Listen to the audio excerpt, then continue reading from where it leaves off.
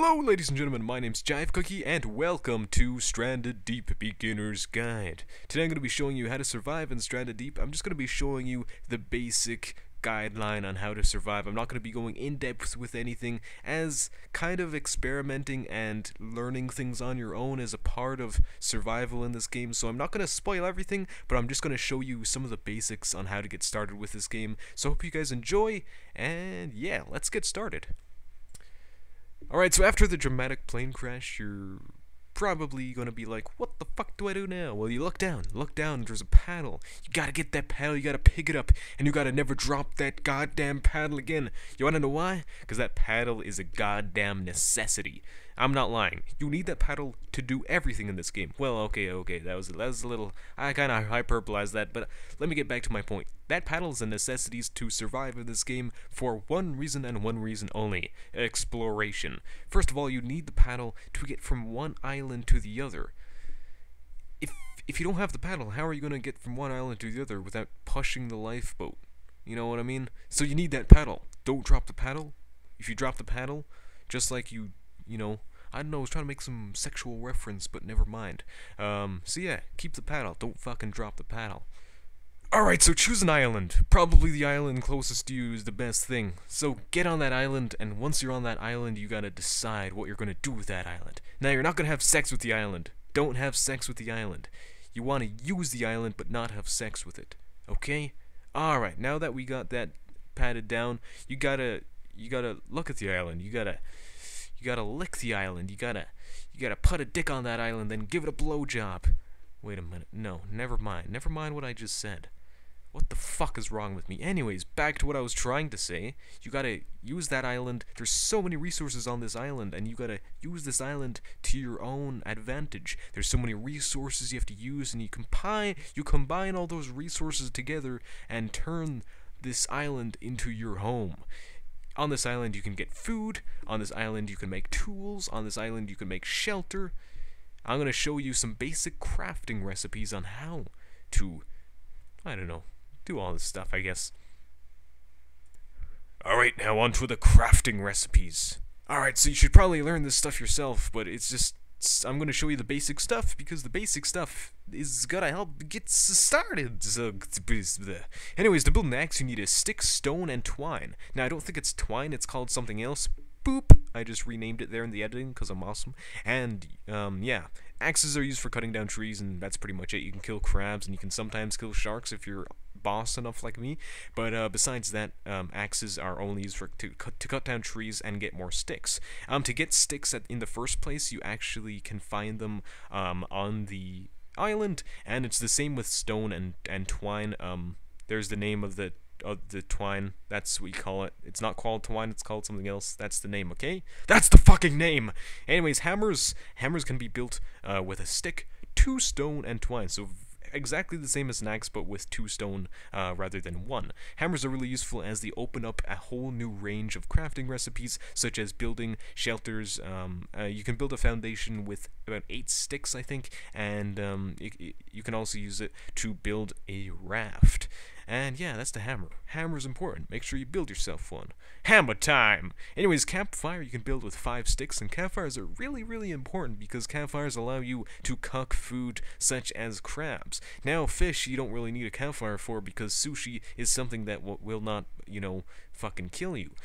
But eating crabs is something you really don't want to do, as that will poison you, and the hard crab shells, I don't know, it's probably not the hard crab shells that kill you. I've learned, I think it's just the fact that you're eating raw crab. It's just not healthy to eat raw stuff.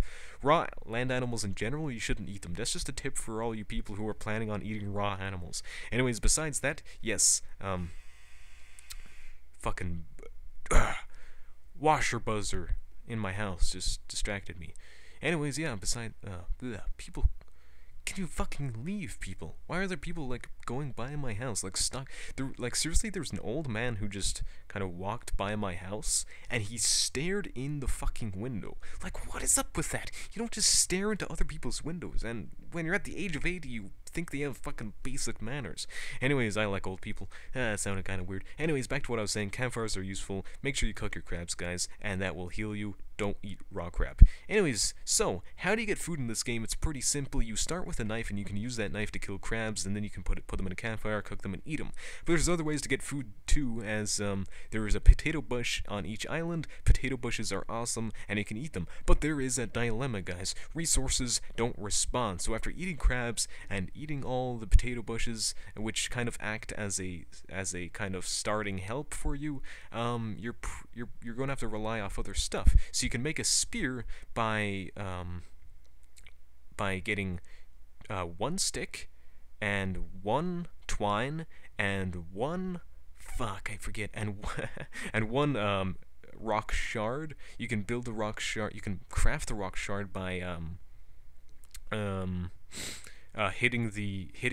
just drop a rock and hit it like 8 times, and it'll break into rock shards, and you can use that to make a spear. Why is a spear important? Because a spear will allow you to collect fish, and fish are just endless resources, which is really important. So that's something you should know too.